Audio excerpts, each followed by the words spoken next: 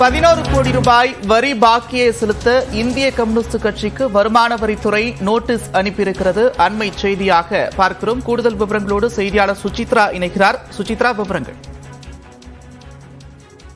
காங்கிரஸ் கட்சிக்கு அடுத்தபடியாக தற்பொழுது இந்திய கம்யூனிஸ்ட் கட்சிக்கு வருமான வரித்துறையானது நோட்டீஸ் அனுப்பியிருக்கிறது.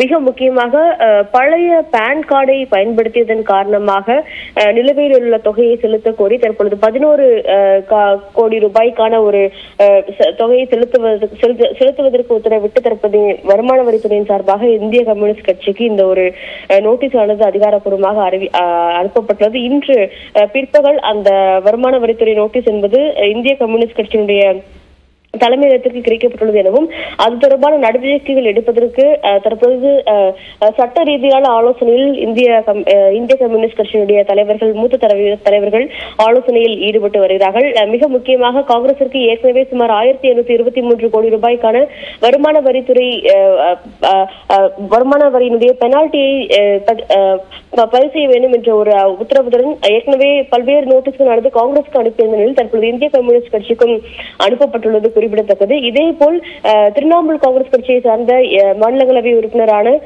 சாகித் கோகலேவிற்கும் கடந்த 72 மணி நேரத்தில் சுமார் 11 வருமான வரித்துறை நோட்டீஸ்களானது வந்துள்ளது என்ற ஒரு தகவலையும் அவர் எக்ஸ் தளத்தில் பதிவிட்டுள்ளார். தொடர்ந்து எதிர்க்கட்சிகள் மீதான ஒரு குறிவைத்த தாக்குதலை வருமான வரித்துறையானது செய்து வருகிறது என்ற ஒரு குற்றச்சாட்டை தற்பொழுது இந்திய கம்யூனிஸ்ட், காங்கிரஸ் மற்றும் திரிணாமுல் கட்சிகளும் கட்சித் தலைவர்களும் தற்போது முன்வைத்திருக்கிறார்கள்.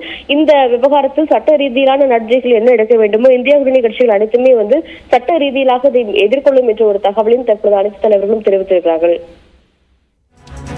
நன்றி சுசித்ரா, விரிவான விவரங்கள்.